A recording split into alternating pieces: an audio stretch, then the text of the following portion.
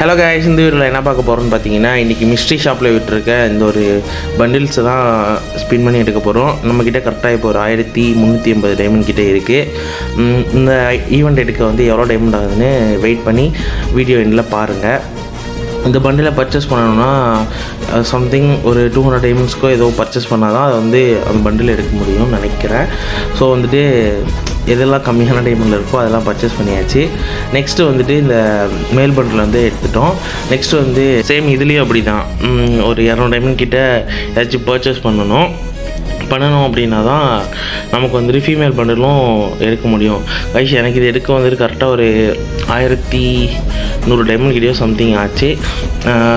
நீங்கள் கண்டிப்பாக எடுக்கணுமான்னு கேட்டிங்கன்னா இது அவ்வளோலாம் ஒர்த்தே கிடையாது. நான் எதுக்கு எடுத்தேன்னு பார்த்தீங்கன்னா, வாலெட் வந்து இன்க்ரீஸ் பண்ணிகிட்ருக்கேன்.